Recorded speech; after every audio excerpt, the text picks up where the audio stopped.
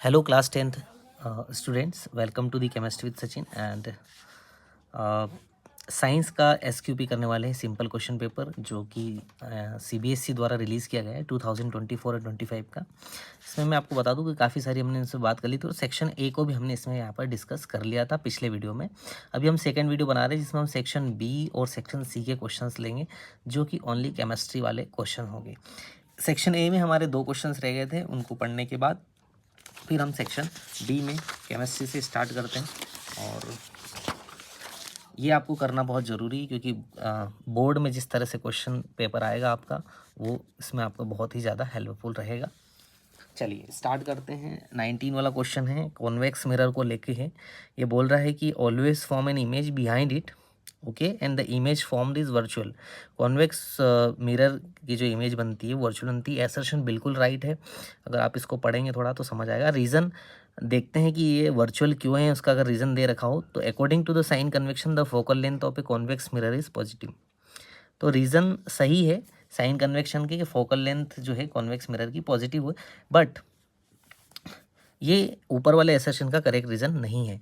तो यहाँ पर both assertion and reason are correct but R is not correct explanation of the assertion. ठीक है, तो यहाँ पर जो आपका ऑप्शन नंबर बी आएगा। असर्शन जो है 20 वाला क्वेश्चन है, if the lions are removed from a food chain. अगर आप लायंस यानी कि शेर को आप यहाँ से फूड चेन से बाहर कर देते हैं, it will not affect the food chain. ये लाइन ही गलत है, अफेक्ट करेगा ना अगर आप लायंस को हटा देंगे चेन से।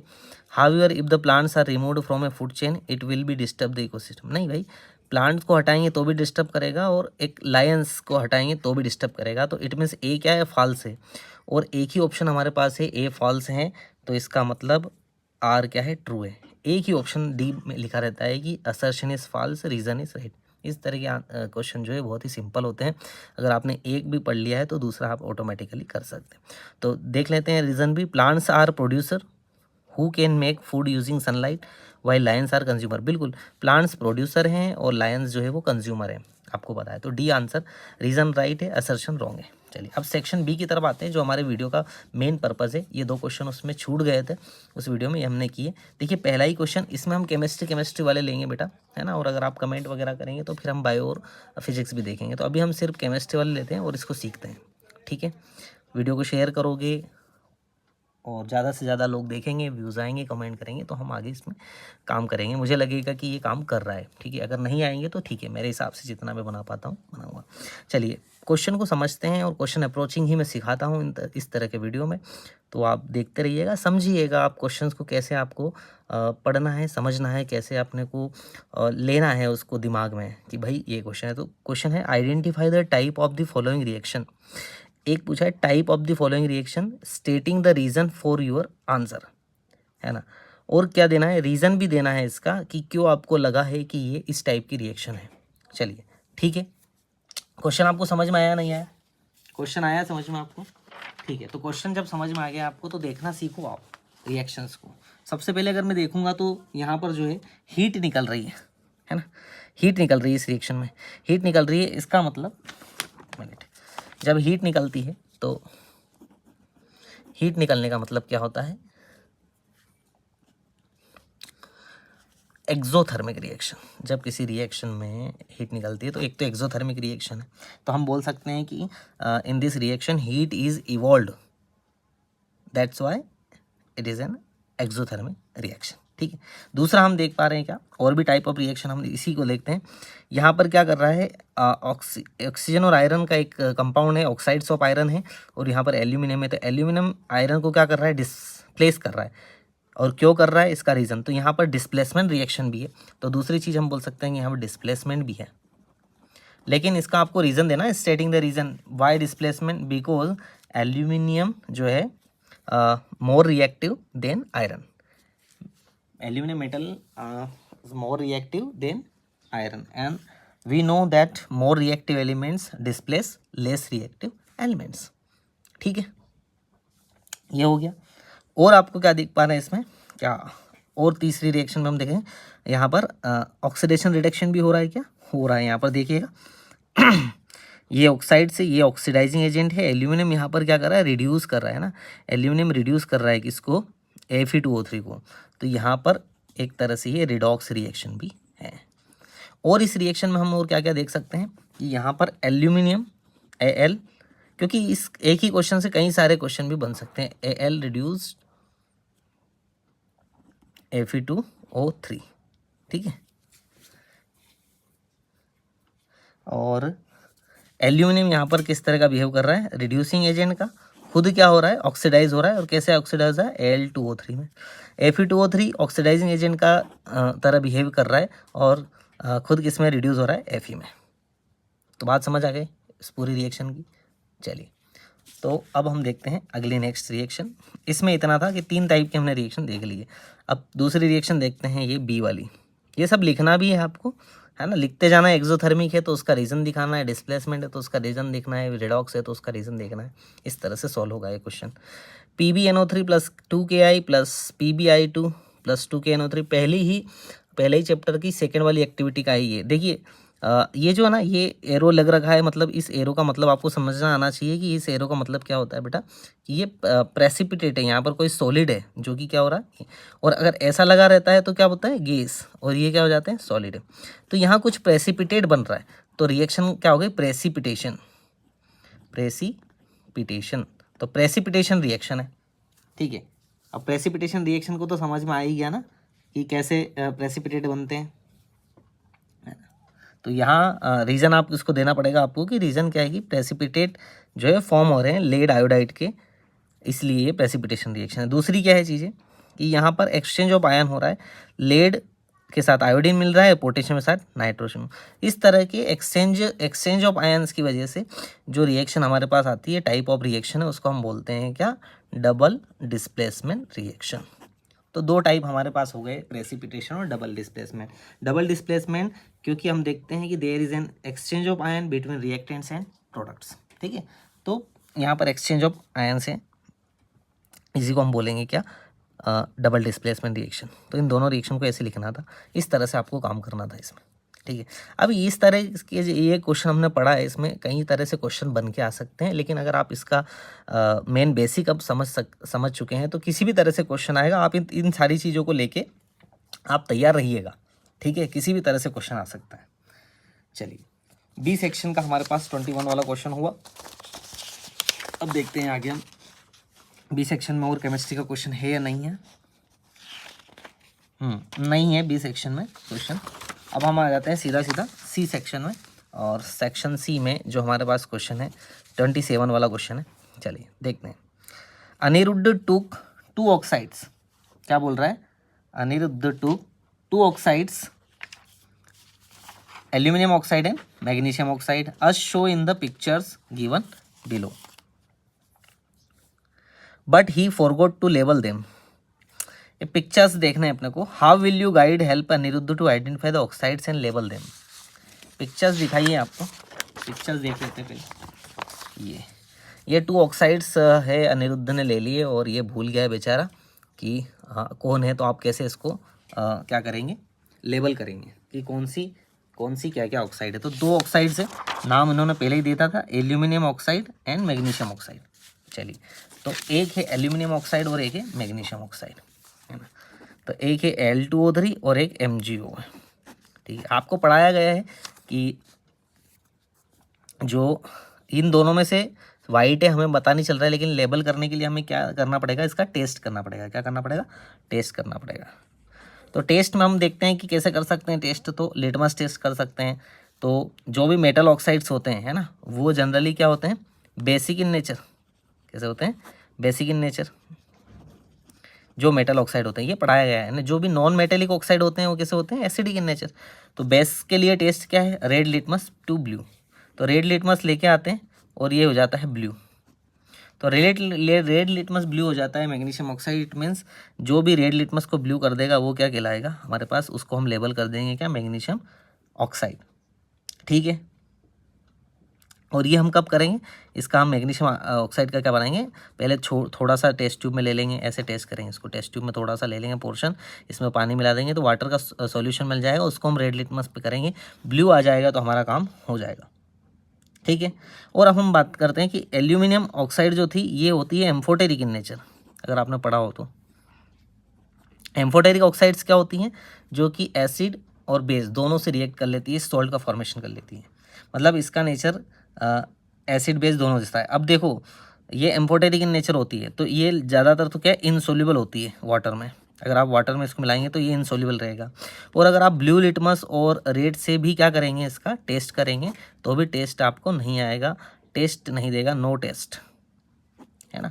आपको कलर चेंज नहीं होगा, तो आप पता कर लेंगे कि जिसका कलर चेंज नहीं हुआ उस पर आप लेबल कर देंगे क्या, एल्यूमिनियम ऑक्साइड का और मैग्नीशियम ऑक्साइड का। इस तरह की अनिरुद्ध को एक क्या दी गई है, एक प्रॉब्लम दी गई है जिसका सॉल्यूशन वो टेस्ट के अकॉर्डिंग कर सकता है। इस तरह के क्वेश्चन से घबराएं नहीं, ये आपके जो है दिमाग को सोचने की क्षमताओं को क्या करते हैं, डेवलप करते हैं कि आपने किस तरह से पढ़ा है, आप कैसे इस चैलेंज को एक्सेप्ट करते हैं, कैसे इसको टेस्ट करते हैं। इस तरह के क्वेश्चन जरूर आएंगे बेटा, ठीक है। चलिए, तो क्वेश्चन जो आ जाता है हमारे पास ये वाला, बी वाला, इसमें ए था बी था। In an activity Aishu was given to substance, है ना, Aishu was given to substance copper sulphide और copper oxide to obtain copper from this compound. She was able to extract copper successfully. illustrate with the help of chemical equation how Aishu might have completed the activity। इसको illustrate करना है help of the chemical equation. ये जो है हमारा ये किसके और ऑफ मेटल्स, है ना, मतलब कि जो हम और ऑफ मेटल्स में जो कंसंट्रेशन ऑफ मेटल्स की बात करते हैं, या मेटल को हम क्या करते हैं, जब मेटल ऑक्साइड से एकदम प्योर मेटल रिफाइनिंग की प्रोसेस के थ्रू अगर हम मेटल पे लाते हैं, तो वो वाली बात है यहाँ पर। तो चलिए, ये आपको पढ़ने को मिलेगा चैप्टर 3 में, और 3rd चैप्टर में आप मेटल। तो यहाँ पर सिर्फ सीधी सीधी दो इक्वेशन है, कॉपर सल्फाइड का और है। तो यहाँ पर रोस्टिंग करनी होती है बेटा, हमें क्या करनी होती है, रोस्टिंग। अब रोस्टिंग जो है क्या होती है, जैसे ये कॉपर सल्फाइड है, कॉपर सल्फाइड की जो रिएक्शन करनी होती है वो O2 में, यहीं देख लेते हैं, यहाँ देख लेते हैं।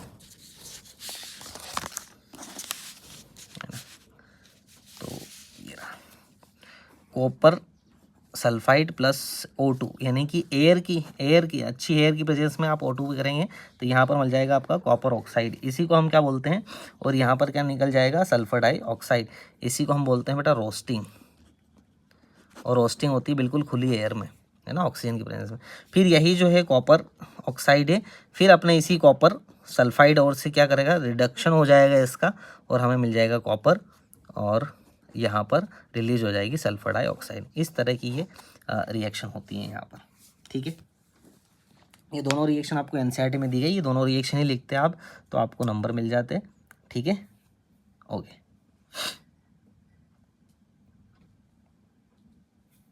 यहाँ तक समझ में आया। फिर जैसे इन्होंने ये दे रखा है कि विजुअली इम्पेयर्ड स्टूडेंट्स, ठीक है, तो give reason for the following, मतलब ये देख नहीं पाते ना, इसलिए इनके लिए दूसरा क्वेश्चन दे दिए हैं दो, जो विजुअली इम्पेयर्ड स्टूडेंट्स हैं, ठीक है, जो देख नहीं सकते, तो इनके लिए इसको भी देख लेते हैं। Certain metals are used for making cooking utensils, कुछ मेटल का यूज़ किया जाता है कुकिंग में, है ना। तो ज़्यादातर हम क्या करते हैं, एल्यूमिनियम और कॉपर का यूज़ करते हैं, है ना। तो क्योंकि क्यों होते हैं कि रीज़न होता है, क्योंकि उसका जो अगर रीज़न हम देते हैं उसमें वो गुड कंडक्टर ऑफ हीट होती हैं, है ना। और दूसरा ये होता है कि मेटल वैसे भी क्या होती है, हाई मेल्टिंग पॉइंट होती है, हाई मेल्टिंग पॉइंट। तो ये रीज़न दे सकते हैं, due to high melting point and क्या बोल सकते हैं, गुड कंडक्टर ऑफ हीट, इसीलिए कुछ मेटल का यूज़ हम इसमें करते हैं, सभी मेटल का नहीं करते हैं, कुछ मेटल का ही करते हैं, ठीक है। चलिए, अब दूसरा है hydrogen gas does not evolve when certain metals accept magnesium and Mn react with nitric acid.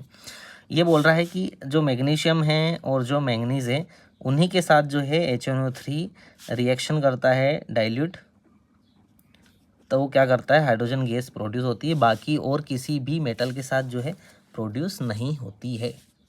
तो इसका रीज़न क्या है यहाँ पर, इसका रीज़न इसलिए है कि यहाँ पर HNO3 जो है वो स्ट्रॉन्ग ऑक्सीडाइजिंग एजेंट है, यानी कि आप देखेंगे अगर कोई भी मेटल के साथ आप रिएक्ट करवाएंगे, जैसे आयरन के साथ आपने इसको रिएक्ट करवाया, ठीक है, तो ये इतना ज़्यादा स्ट्रॉन्ग ऑक्सीडाइजिंग एजेंट है कि ये हाइड्रोजन को जो है प्रोड्यूस करेगा और सीधा वाटर में क्या कर देगा, चेंज कर देगा, और ये खुद ही रिड्यूस हो जाएगा, ये खुद ही रिड्यूस हो जाएगा। और ये खुद रिड्यूस होगा किस में, नाइट्रिक ऑक्साइड में, नाइट्रोजन डाइऑक्साइड में, है ना, इसमें चेंज हो जाएगा ये। तो कुल मिला के बात ये है कि ये हाइड्रोजन नहीं बना पाएगा अदर मेटल के साथ, बट HNO3 जो है वो मैग्नीशियम और Mn के साथ में तो क्या देता है, हाइड्रोजन गैस देता है, because of the HNO3 is a strong oxidizing agent है। ठीक है, स्ट्रॉन्ग ऑक्सीडाइजिंग एजेंट होने की वजह से ये हाइड्रोजन को क्या कर देता है, ऑक्सीडाइज कर देता है, किसमें, वाटर में। ठीक है, और खुद क्या हो जाता है, रिड्यूस हो जाता है, NO N2O। तो यहाँ पर ऑक्सीडेशन रिडक्शन चलता रहता है, लेकिन यहाँ ये नहीं करता मैग्नीशियम और मैंगनीज में, है ना, मैग्नीशियम और मैंगनीज में नहीं करता है, यहाँ ये हाइड्रोजन गैस प्रोड्यूस करता है। ठीक है, ये रीज़न था इसमें। चलिए अब और देख लेते हैं, और क्वेश्चन कहाँ पर है हमारे पास। अच्छा, यही क्वेश्चन है, देखो क्वेश्चन को कितना बेहतरीन दिया है, 28 वाला क्वेश्चन है ना। ये वाला क्वेश्चन हम करते हैं। ठीक है, कितना प्यारा क्वेश्चन दिया है, इसके बाद हमारा वीडियो क्या हो जाएगा, एंड हो जाएगा।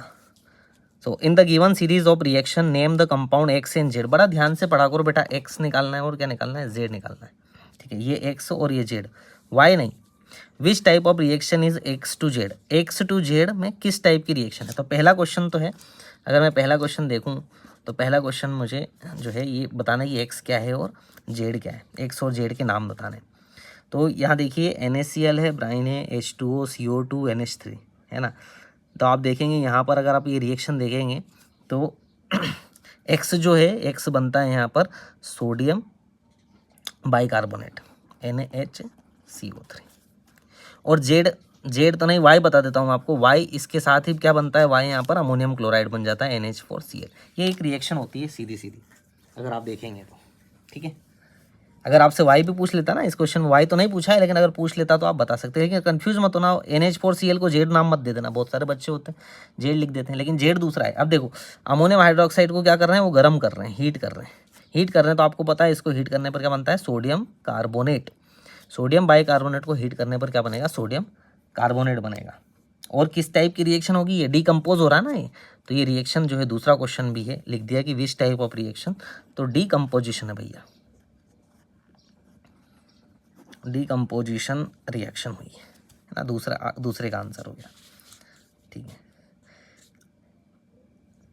अब देखो ये अगर क्यू पूछ लेता तो, यहीं पे क्वेश्चन अगर क्यू पूछ लेता तो क्या आता, हमारा वॉशिंग पाउडर आ जाता है ना, क्योंकि ये जैसे इसमें क्या है 10H2 दिख रहा है आपको, है ना, ये 10H2 दिख रहा, तो 10H2 जैसे ही मिलता है तो क्या हो जाएगा, Na2CO3 डॉट। अभी तो पूछा नहीं है, लेकिन पूछ सकता था ना ये, इसी को हम बोलते हैं वॉशिंग सोडा,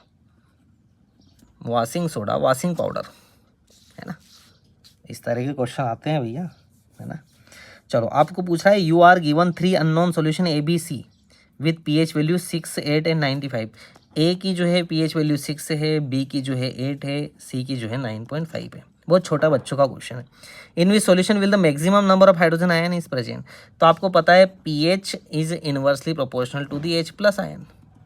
तो ज़्यादा हाइड्रोजन आयन तो pH कम होगा, तो सबसे ज़्यादा क्या होगी, A का। तो यहाँ पर जो पहला क्वेश्चन का आंसर लिखना था आपको कि the maximum number of hydrogen ion present in the solution of A। ठीक है, दूसरा है क्वेश्चन इसी में, arrange the given samples in the increasing order of H+ ion concentration.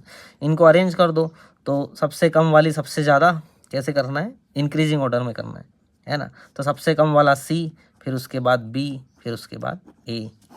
ये हमने ऑर्डर में क्या कर दिया, अरेंज कर दिया इसको। ठीक है, तो ये इस तरह के क्वेश्चन थे इसमें, है ना। चलिए अब नीचे देखते हैं, अगर ये नहीं करते तो और कर लेते। Comment on the following statements, comment भी करना है। Bee sting is treated with baking soda. आपको पता है ना कि मधुमक्खी जो काट लेती है तो वो एसिडिक होता है, एसिडिक होती है ना, उसका डंक क्या होता है, एसिडिक होता है। इसको न्यूट्रल करने के लिए आपको इसमें बोल रहा है बेकिंग सोडा मिलाया जाता है, बेकिंग सोडा, क्योंकि बेकिंग सोडा का नेचर होता है बेसिक। एसिडिक बेसिक क्या हो जाता है, न्यूट्रल हो जाता है, आपको राहत मिल जाती है बिल्कुल। तो इसे ही लिखेंगे, बिकॉज बी स्टिंग जो है वो एसिडिक है ना, इस वजह से। दूसरा है वेयरएज वास्प स्टिंग। वास्प किसको बोलते हैं, जो तातिया होते हैं ना, मतलब मालवा में तातिया बोलते हैं उसको, लेकिन नॉर्मल हिंदी में उसको ततैया बोलते हैं, ततैया। ठीक है, तो ततैया की जो स्टिंग है is treated with dilute vinegar. Vinegar कैसी होती है, ये बोल रहा है कि जो विनेगर है वो वेस्प स्टिंग जो है, तो वेस्प स्टिंग से वो विनेगर को क्या करवा रहा है ना, रिएक्ट करवा रहा है। तो विनेगर कैसा है, एसिडिक है, तो आप ये बोल सकते हैं कि वेस्प स्टिंग जो है बेटा वो है बेसिक इन नेचर। तो ऐसा बोल सकते हैं कि जो बी स्टिंग है वो एसिडिक इन नेचर थी and wasp sting is basic. So bee sting is treated with baking soda paste versus wasp sting is treated with dilute vinegar. तो यहाँ पर नेचर ऑफ जो है एसिड और बेस के अकॉर्डिंग यहाँ पर हम ट्रीटमेंट करते हैं इनका, ठीक है। चलिए, farmers treat soil with quicklime when tilling. जब वो जुताई करता है, जब वो हल लगाता है तो फार्मर्स क्या करता है, क्विकलाइम डालता है अपनी सॉइल में। तो सॉइल में क्या डाल दिया है, क्विकलाइम। अब देखो क्विकलाइम का क्या है, QUICK, क्विकलाइम का जो नेचर है वो कैसा है, बेसिक है, ठीक है। तो सॉइल की एसिडिटी को क्या कर देगा, वो कम कर देगा। तो एसिडिटी से उसे बेसिक या न्यूट्रल बनाने के लिए, तो to change the nature of soil to neutral और बेसिक, है ना, farmers treat soil with quicklime. ऐसा पूरा आपको लिखना है उसमें, समझिए। चलिए, अगला है ancient sculptures and marble structure are conserved by treating them with certain chemical. जो हमारे पुराने, जो आपने देखे होंगे कि महल है, पुराने मंदिर बने हुए हैं, उसके बाद आप इसमें जाते हैं ना, क्या बोलते हैं, मूर्तियाँ जहाँ रखी होती है, उसका नाम ध्यान नहीं आ रहा मुझे, पुरानी मूर्तियों को जो रिजर्व करते हैं, प्रिजर्व करते हैं, है ना, वहाँ देखने जाते हो तो उन पर सर्टेन थोड़ा केमिकल्स लगाया जाता है ना। अब देखिए उसमें कौन से केमिकल यूज़ करते हैं, तो उन्हें सिर्फ ये मान के चलो कि आप उन्हें सिर्फ प्रोटेक्ट करने के लिए ये क्या करते हैं, प्रोटेक्ट करने के लिए उसको लगाया जाता है। जैसे एग्जांपल है कैल्शियम हाइड्रोक्साइड भी लगाया जाता है, कैल्शियम हाइड्रोक्साइड, ये भी एक तरह का क्या है, ट्रीट करते हैं इस केमिकल से। इसकी वजह से क्या होता है कि जो एसिडिक पॉल्यूटेंट होते हैं, है ना, जो भी किसी भी मान लो ये मूर्ति है, इस पे एसिडिक पॉल्यूटेंट उसको क्या कर देता है, कम कर देता है, क्योंकि इसकी लेयर क्या होती है, बेसिक होती है। तो एसिडिक पॉल्यूटेंट जो एसिडिक के अकॉर्डिंग उसको ख़त्म करने वाले हैं उस चीज़ को, उससे ये बच जाती है। ऐसे ही सोडियम हाइपोक्लोराइड होता है जिसको क्लोरामिन टी बोलते हैं, है ना। इस तरह के बहुत सारे क्लोरामिन टी याद रखिएगा, एक इसका जनरल नेम है क्लोरामिन टी, है ना, या इसको हम हाइपोक्लोराइड भी बोलते हैं। सोडियम हाइपोक्लोराइड्स का भी यूज़ किया जाता है केमिकल्स को, इस सर्टेन केमिकल्स में ही आया हाइपोक्लोराइड, सोडियम हाइपोक्लोराइड, है ना। इससे भी क्या करते हैं, हम बचाते हैं हमारे पास। बाकी सोडियम बाइकार्बोनेट, सोडियम कार्बोनेट, बहुत सारे ऐसे हैं केमिकल जिससे हम हमारे स्कल्पचर्स और मार्बल्स को क्या करते हैं, बचाते हैं। चलिए बेटा, तो सेक्शन C का भी काम हो गया है यहाँ पर। अब सेक्शन C में और क्वेश्चन है क्या, नहीं है। चलिए, अब सेक्शन D में है क्वेश्चन, लेकिन वो D क्वेश्चन में अगले वीडियो में लेके आएंगे आपके लिए। अभी के लिए बस इतना ही, एंड कमेंट कीजिए आप अगर आपको अच्छा लगा हो, कुछ डाउट हो तो भी कमेंट कर लीजिए। सेक्शन D और E एक साथ में लेके आ जाएंगे, तो आपका एक और वीडियो में केमिस्ट्री वाला काम हो जाएगा। So thank you so much for watching, bye bye.